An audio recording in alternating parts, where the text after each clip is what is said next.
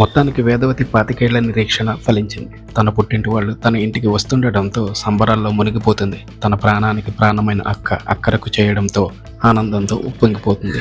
ఇక ఈ రోజు రాత్రి ప్రసారం కాబోయే ఎపిసోడ్లో ఏమైందంటే, భద్రావతి సేనాపతులను సాదరంగా ఆహ్వానిస్తారు వేదవతి ప్రేమలు. అటు రామరాజు సైతం తన కొడుకులు కోడళ్లతో కలిసి భద్రావతి కుటుంబానికి స్వాగతం పలుకుతాడు. అబ్బబ్బా, ఇలా రెండు కుటుంబాలను కలిపి చూస్తుంటే నా రెండు కళ్ళు చాలడం లేదురా అల్లుళ్ళు అంటాడు తిరుపతి సంతోషంగా. అయితే కళ్ళు తీసేద్దామావా అని ధీరజ్ అనడంతో అందరూ నవ్వేస్తారు.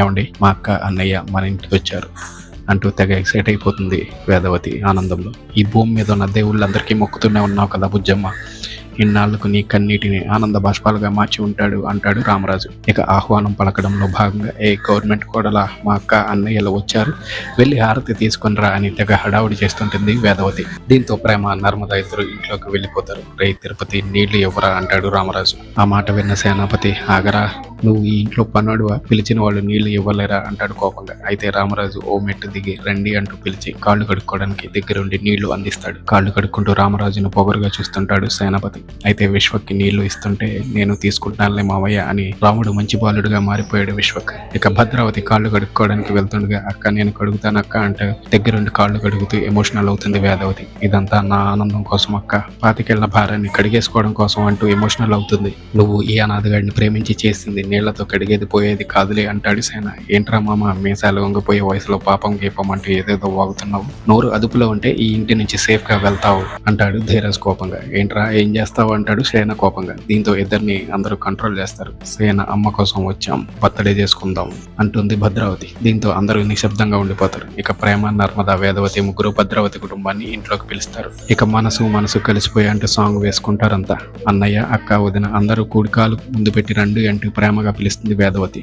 బామ్మగారు, మీ బుజ్జి పాదాలు ముందు పెట్టి నెమ్మదిగా రండి, అసలే ఈ రోజే పుట్టారు అంటుంది నర్మద సరదాగా. అవునవును, మా గ్రాని ఈ రోజే 70 ఏళ్ళు పడుచు పిల్లలా కనిపిస్తుంది అంటాడు ధీరజ్. ఈ దిష్టి నీళ్లు బయట పోస్తూ సంతోషంతో డ్యాన్సులు చేస్తుంది వేదవతి. ఈ హడావుడి చూస్తుంటే మేఘాలు దాటి ఆకాశంలో జరిగే ఉంది. నువ్వేంటి తుఫాను ముందు సునామీలా సైలెంట్ గా ఉన్నావు, మొత్తం ముంచేస్తావా అంటుంది సుక్కు వల్లితో. రంగుల చీర కట్టుకున్న రామచిలకల మా అత్తగారు. ఫంక్షన్ చివరిలో ఆవిడ గారి ముఖం చూడాలి. నన్ను బాధ పెట్టిన ప్రతి ఒక్కరు అంతకు మించే బాధపడతారు. అత్తయ్య గారు వస్తున్నానండి అంటూ పగతో రగిలిపోతూ వెళ్ళిపోతుంది వల్లి. ఇన్ని వేరియేషన్స్ చూపిస్తున్నావంటే వల్లి, వామ్మో నిన్ను చూస్తుంటే నాకే భయంగా ఉంది అనుకుంటుంది సుక్కు. మరోవైపు భద్రావతిని తన గదికి తీసుకెళ్లి తన చీరలు చూపిస్తూ సంతోషంలో మునిగిపోతుంది వేదవతి. చీరలంటే గుర్తొచ్చింది, నీకు ఈ కలర్ అంటే చాలా ఇష్టం కదా, కానీ ఎంత యాదృచ్ఛికమో చూసావా, నువ్వు కూడా ఇదే రంగు చీర కట్టుకున్నావు అని వేదవతి అనడంతో తన చీరను చూసుకుంటుంది భద్రావతి ఆశ్చర్యంగా.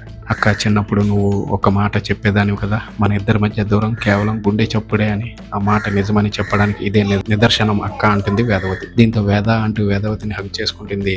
ఎమోషనల్ అవుతుంది భద్రావతి.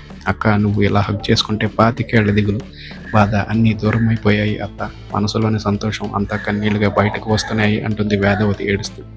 నువ్వు ఆ పన్నోడితో లేచిపోయి పెళ్లి చేసుకున్న ఆ ఒక్క తప్పు చేయకపోయి ఉంటే మనం ఎప్పటికీ ఒకే ప్రాణంలో ఉండేవాళ్ళం, ఆకాశమంతా ప్రేమతో ఉండేవాళ్ళం అని మనసులోనే అనుకుంటుంది భద్రావతి.